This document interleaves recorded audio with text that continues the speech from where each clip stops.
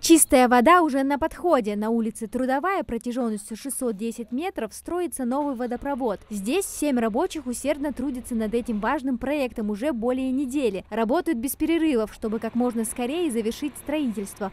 Понимают, как важно для жителей иметь доступ к воде.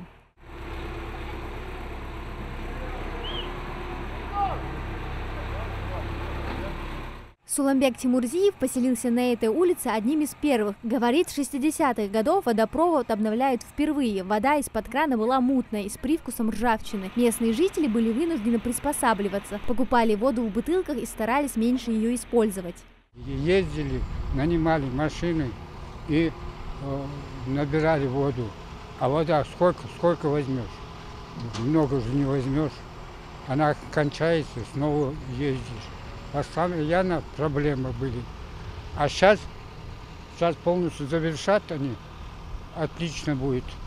Люди будут, женщины особенно, не мужчины, женщины будут рады, что на месте вода есть, все можно стирать, купаться.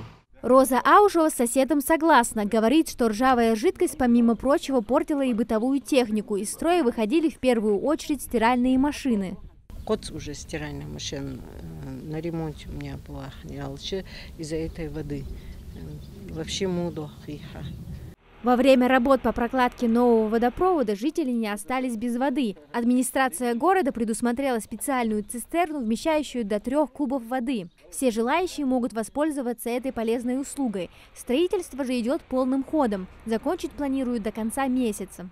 Транше уже яхкаяни, здесь шангужи турба 110 турби уж очул жер.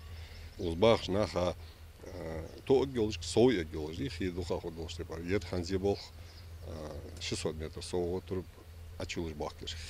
Канал яхкадян. Так очилыр соу узмелбаш наха хиюх датас здесь. Специальный хомут уже оз яшкин турба сварки жежмичиер.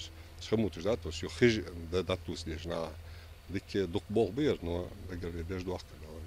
Всего планируют обновить 38 улиц. Это более 25 километров. Завершат в течение 3 лет. В этом же году перемен ждут жители 10 улиц. Амина Зязикова, Акрамат Дасхоев, Магаз 24.